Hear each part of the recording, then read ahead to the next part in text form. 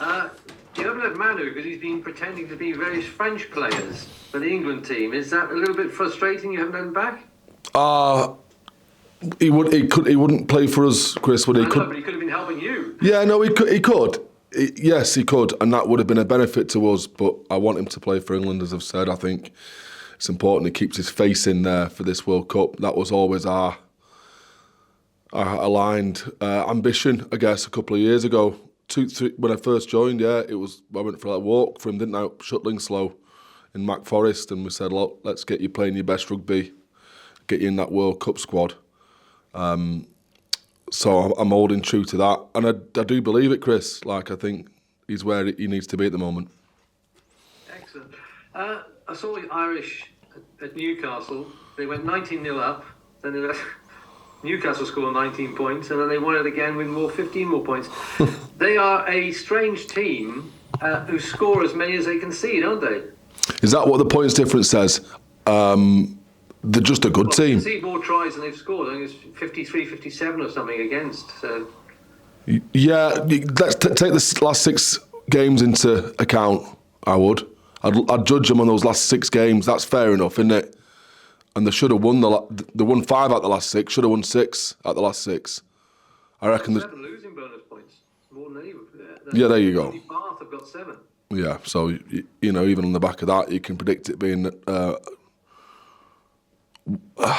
scrap that's going to go to the death. They're proven to be like a second, fourth quarter team again, like what Saracens are. Very dangerous when teams are a little bit loose and a little bit ragged in terms of their defensive shape. So there's an awareness for that last quarter, and there's also a necessity to work hard in defence so you don't give them anything in those wide channels. What sets you guys apart is the 41 tries conceded, the least in the Premiership, which is a good badge to wear, isn't it? But boy, you were under pressure against Saracens, weren't you? But it held to, especially that last period, it held, didn't it?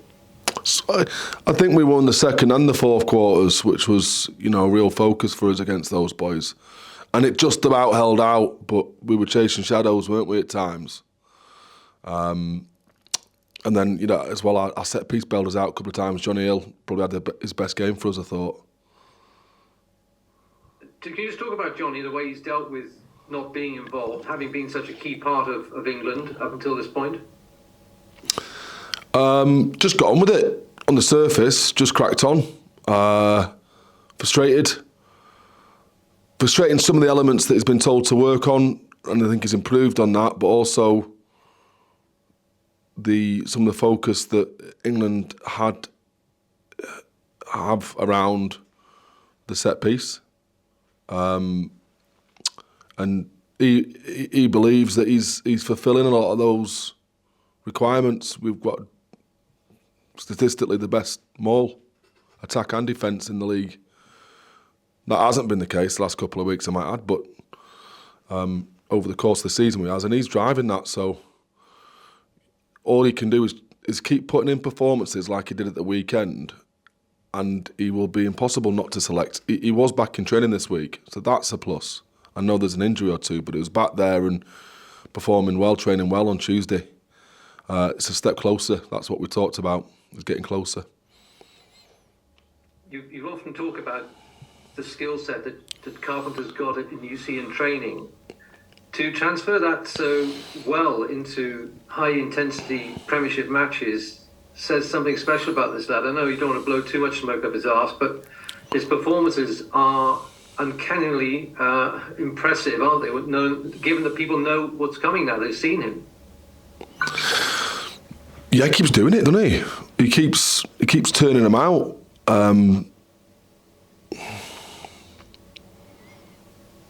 I dare say a lot of how we go about kind of winning the middle and squeezing, pressurising teams gives him those opportunities to counter from. That was certainly the case at the weekend. But he topped the all-time clean breaks record that anyone's had for this club. Take into account some of the back three we've had. Jason Robinson, the great Steve Hanley, Mark Cueto. We've had some decent runners there, haven't we? So it shows his pedigree. Yeah, and that's how he is now, 21. He's very exciting, Chris, isn't it? If we can keep improving him, which is the aim, yeah. And so for people like him and the rest of the boys who took such a high out of a win over the league leaders, how do you then translate that into another massive performance of London Irish? And how do you sort of keep them all, if you like, not level but on the right pitch? Get better. Just got to get better, Chris. It keeps striving to improve the game, improve what we could have done at the weekend. We were good for 55, we were pretty poor for 25. And to be fair to Saracens, they were very good, didn't put a foot wrong. But we could have worked harder defensively in that first quarter. We could have controlled the game better by getting the basics right within the kicking game. On all these things were quite obvious and simple fixes for the boys. So in showing them that, we looked to put an 80 minutes together. A first half against Northampton plus a second half against Exeter, stretch that 55 minutes that we had against Saracens into somewhere near 70 to 80 minutes, and then maybe I'll just retire from coaching. But that's always it's always the holy grail, isn't it? Can we put it all together for 80 minutes? The boys have taken that on well this week. I make no excuse for returning to this subject for my final question, but the left and right hand passes, both in terms of direction, pace, that Rob Dupree was firing out and has been consistently doing this season, surely he must be getting close to being recognised by the box. You don't, wouldn't you? He's not on the watch list, so to speak, because I got that through for the summer internationals. But like, the more you play well in these kind of big games with the coverage that we got at the weekend, which was as important as knowing that we could beat them. You know, it's to put it out there that Northern Rugby does matter to these boys. You know, they want to make a statement. The more coverage that gets, and it shouldn't be the way of it, but the better chance he has of getting selected, because news travels, doesn't it? Back to South Africa, and he was exceptional, wasn't he? Like, there were so many lads in line for that kind of man of the match performance. You could have tipped and doffed the hat to. And you mentioned Carps, because Flat's got it, and he was good. Roebuck had 6 dominant tackles out of 10, I think it was. Like, what winger does that? So he's shown his physical qualities. But Rob had a hand in most of those tries, didn't he? Like you say, the delayed pass for Carpenter, the flat pass to O'Flaherty. Both of those were really well executed precision passes there, without which I don't think we would have scored either of those tries.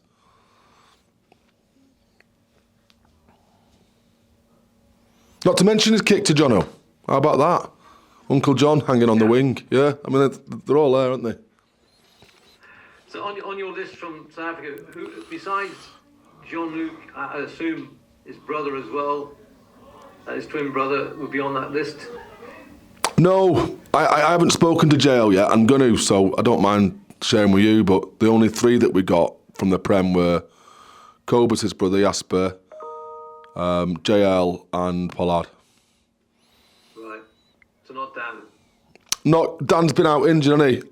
But he's been in training this week, Kieran, just to answer that question that you know that going to ask. He's looked good. It's like Kieran's waiting with that one. Yeah, it's like getting an international player back, and we have got him back 2 weeks early. And I think this is, without it being a planned rest week, I think it's his only second time he's been potentially put on the bench. But I'm not going to divulge too much in terms of team selection. Well, it's a perfect moment to hand over to Kieran now. There you go. Yeah. Cheers, mate. Cheers, Chris. Thanks, mate. Afternoon. I'll come on to the injuries in a minute. Was the thing, other than the bleeding the obvious of winning the game, was the thing that kind of filled you with the most pride was being 16-0 down, and other teams probably would have panicked or could have panicked and really kind of crumbled from that point against the side of the calibre of Saracens? Is that, other than the result, the thing that fills you the most pride, the character, the presence of mind, the clear thinking to actually not panic and stick to process, but just do process better? Yes, Kieran. I asked the leader. I asked the leaders that opening question. What was the best thing about the comeback? Because that's what I had in mind.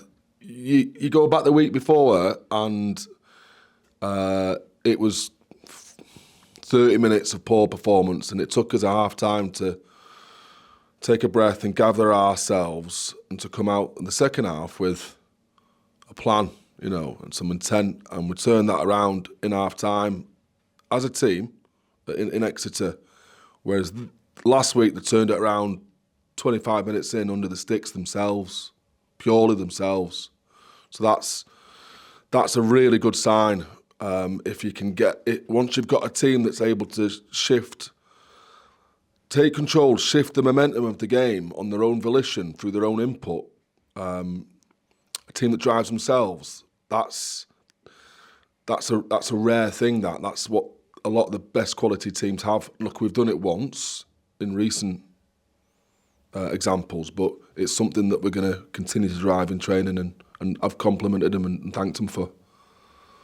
In terms of the bigger picture of Sunday, obviously the most important thing is winning in terms of the context of the table, but the wider context of there being a crowd of over 10,000, it being second versus first, the Northern Rugby Matters kind of mantra being really pushed, it being on ITV as well as BT, just kind of sum up how significant a day like Sunday is, not just for stuff on the field for the club, but also off the field. Yeah, like it dawns on you afterwards because you're so in the bubble of the game and the process and the messages and stuff, and trying to keep an emotional keel level despite the panic, like you caused it, and then you step back, and I gave like Jed Mason and Michelle Si Cuddle. They were on the pitch. Obviously, tough to bits, and they're like, "We're really happy for you, Al. First time you beat Sarries," and it didn't even come into me reckoning. Like, it's been and done that. It's 2 years post. Like, it was everything that we are striving towards as a team, as an organisation, women's and men's, like you say, the Down syndrome kids that ran onto the field, the full house, the Batch 95 bar that was rocking afterwards. Like you say, the coverage, ITV and BT, it was one of those golden days where a lot of effort seems to come to fruition. So really happy, really grateful. Didn't even need to go out and have a beer and celebrate it. I was just content at the fact that for that one day, for that fleeting moment, things seemed to be working. And then, like Chris said, you've just got to get over it quick. The next day I'm back on the phone and we're looking at how we can get better, because you have to. But for that day, yeah, that's for things like that, to realise that you're part of something bigger than yourself, and it did feel that at the weekend. Like it's magic. It's a magic feeling that I think I'll remember and keep chasing. In terms of individual performances, you could probably go through every single player and highlight them. Chris has already kind of mentioned two of the guys. I was going to mention Johnny Hill and Joe Carpenter. I also wanted to ask you about Ryan Mills, who seems to be growing with confidence, growing with every game he plays, considering he's only been at the club since, around November time. Just how impressed have you been with the way that he is improving and the last few games he's played really well?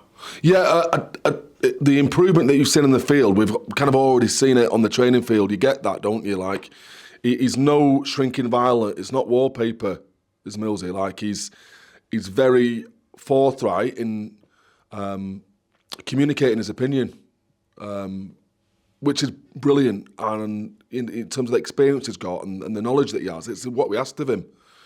So, yeah, he's proven to be like a really good signing in that sense, not having man in the rest of it. But who knows, back into the season, like he's in shop window now, isn't he? And he's performing well with a really intelligent back line, which is only going to be added to by George's influence.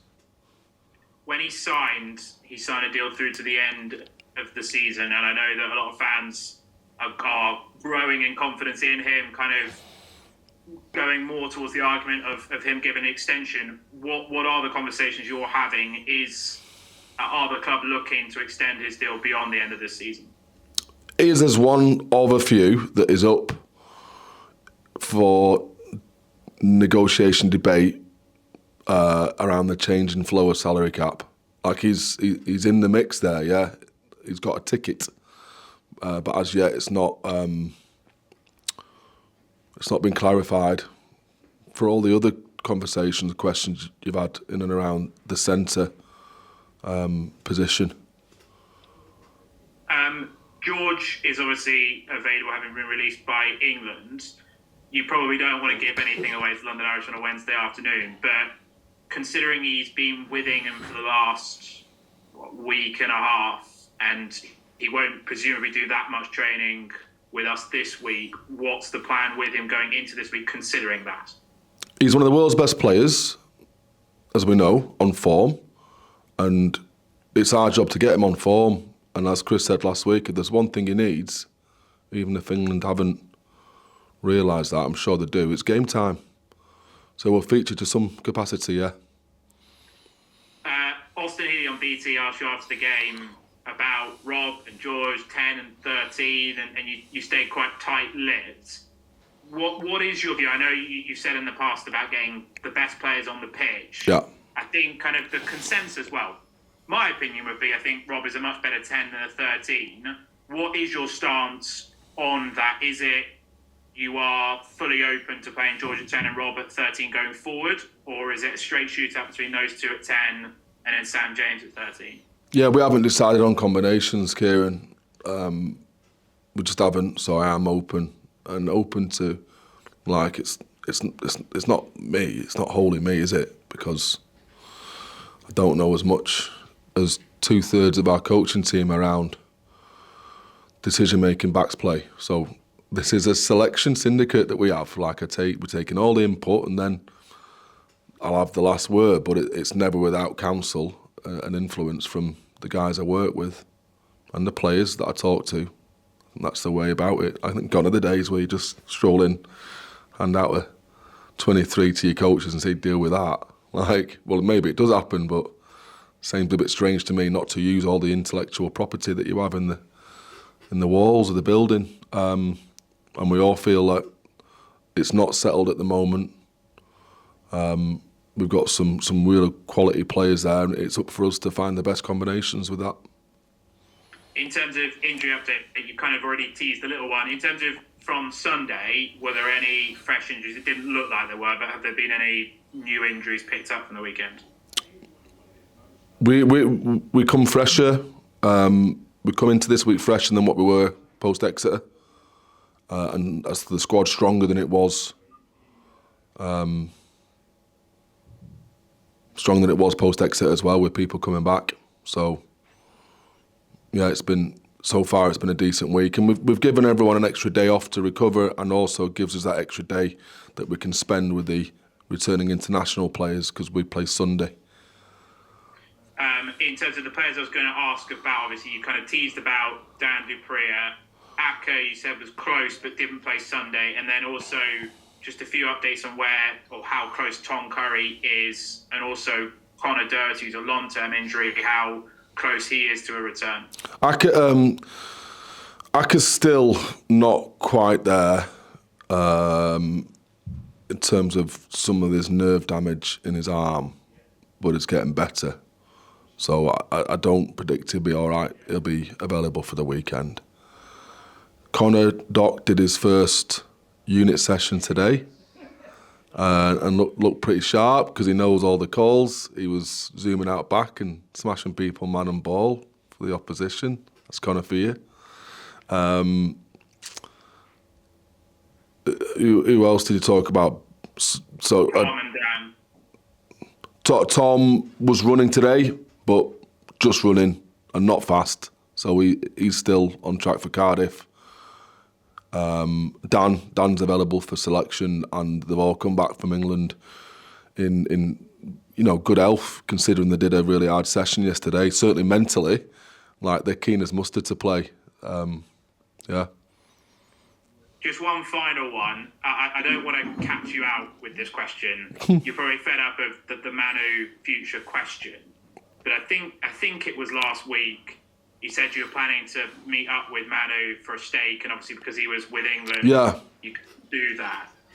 If I remember back about 4 or 5 weeks ago, I think the answer was roughly that you were waiting from the green light from the commercial team to announce, which on the face of it sounds like a little bit of a contradiction. As I said, I don't want to catch you out. No, it is. It is.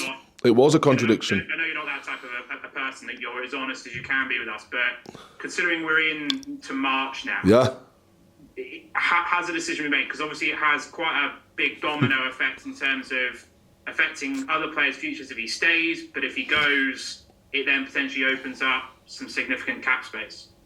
Yes, you're right. In all counts, if it sounded contradictory, it's because it was, with the ever-changing flow of the salary cap. Means that from 1 week to the next, you can have substantially more money to offer players, to retain players in this case. That's what's happened with us. And again, I'm not at liberty to discuss or disclose why that's happened, but that will come out in the wash. I have spoken to Manu. We caught with him briefly on Saturday as he came back before he went again on Sunday. There's something on the table there when there was very little, almost an insulting amount, but for Manu's quality. But now there is something there, and the ball's more in his court than it is in ours. So it's still in. What Manu has done, because he wants to stay, he's given us as long as possible, and that was always the case. Like we said, look, there's nothing right now for these reasons to him, but something could happen. The longer you leave it, the better chance of that happening because of the shifting face of the salary cap, injury dispensation and the rest of it. But we can't guarantee, but we're hoping to find a way, because that's exactly what I said to you. We're still hoping to find a way. And we found our way, but whether or not it's enough is we still haven't come to and had that conversation yet. So it's the ball's been shoved towards him, if you will, and it's ongoing. I do know he has offers in France and Japan. Him not moving on is because of his desire to stay here, which I think is commendable. Like, it's brilliant for us, and I'm just, gutted that we haven't been able to make it work to this point. Always appreciate your honesty, Alex. So thank you for your time. Yeah, no worries. Cheers, Kieran. Hi, Alex. You're right. Hiya, John. You're right. Yeah, nice to meet you. And you, pal. So, just go back to last weekend. Yeah. Did it feel like you guys were trying to put out a statement? Obviously, given that you'd lost the two prior to that, and also given that the final is usually contested between the top two, was it that you were trying to put out a statement to Sarries and the rest of the world on TV? There was talk about the frustration the last 2 weeks, but more about the improvements we could have made. I'm not sounding too cliche, but you can't. The stress and the diversion, putting emphasis on an outcome, has in and around sticking to plan or not trying to make the big play as an individual, sticking within system, is too great a thing to compensate for. So you tend to stay away from how good it could be. You know what I mean? Yeah. Because you get a little bit sidetracked and starry-eyed with all that. So we just tried to keep it as process-based as we could, John. But in the end, everyone was saying, "Look, Jesus, boys, what's that say?" You know what I mean? Yeah. That's when you can realise the truth. But we believed we could. Yeah. And just going back to Kieran's point on George Ford. Yeah. Have you had any communication with Steve Borthwick about plans about playing time, that kind of thing? No. Not at all? No. I speak to Richard Hill occasionally, and he's been really good in his comms, but nothing from the top. Okay. And do you think that there might be a time where this should kind of change the way that players are released and brought back into camp? I know that obviously George got taken away from you, and then this weekend, so he couldn't play for you.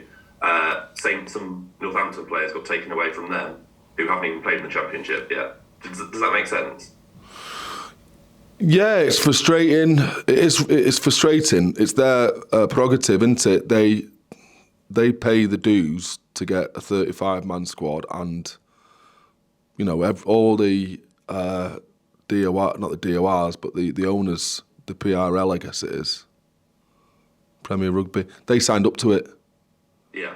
So it's like you've signed up to it. You can't go back on that and say, actually, this is frustrating, because you've signed the deal, you're taking the money. So it's just for us to deal with. So down the line, it's like, Jesus, this is difficult. But I do believe England are trying to be as helpful as possible in teams being able to plan for who they get back and prep for the weekend. I believe they're serving their own ends for the most part, but why wouldn't you? Do you know what I mean? Like, he wants to win. Yeah, he wants to win the Six Nations, and he wants to progress and win a World Cup. So he's got to do everything within his power, whilst maintaining our relationships with us, to get the best out of that kind of 35-man squad, which he didn't pick. So as frustrating as it is, I emphasise with the horrible job that he's got to do, because you're always going to piss someone off somewhere, aren't you? Of course. And so on George, given how well you know Owen Farrell as well, and I'm sure you've watched plenty of Marcus Smith, what do you make of the fight for the England 10 jersey? Oh, it's tight, isn't it? Well,